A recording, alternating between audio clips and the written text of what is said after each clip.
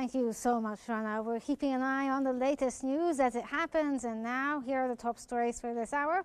We start off with the White House that has announced that the U.S. President Donald Trump has signed an executive order declaring that any attack on Qatar or violation of its sovereignty will be considered a threat to the U.S. national security.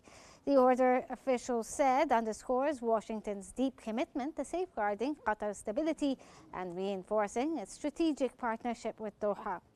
By formally linking Qatar's security to America's, the move is intended to deter aggression and demonstrate the U.S. readiness to defend its Gulf ally against external threats.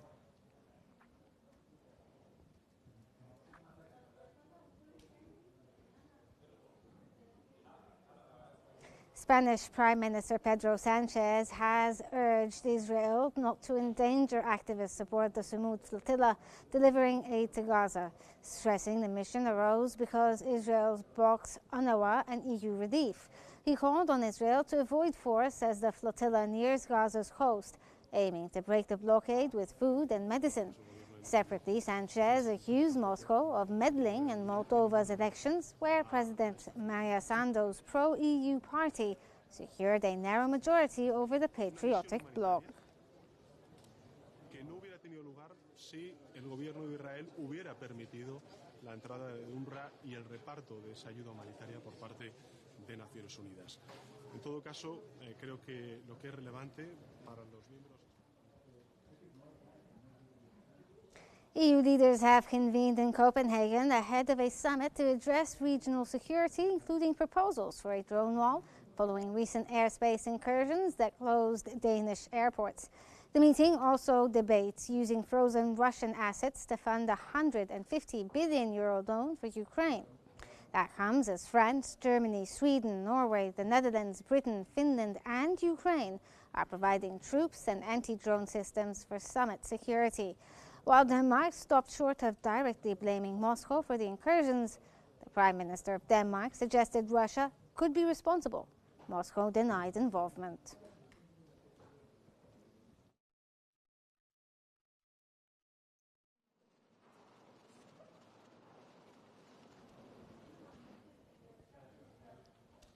The Israeli Occupation Army announced the reoccupation of the Netzarim axis north of Gaza Strip.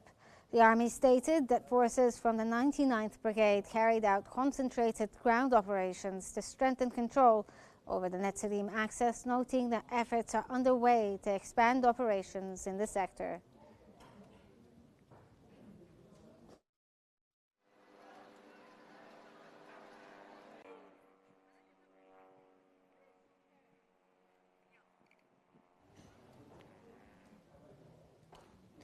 The White House announced that U.S. President Donald Trump has signed an executive order regarding Qatar's security.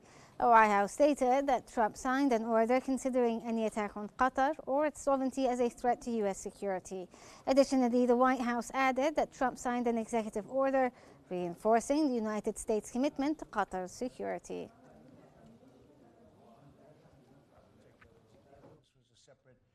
Separate deal.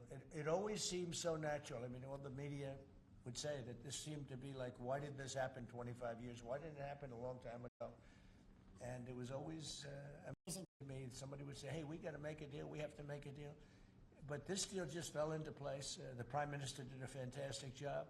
His representatives are total professionals, and they got along well. And That's it for the top stories for this hour. Stay with us. In our next segment, we turn to Russia-Ukraine conflict, that changing landscape throughout the past years.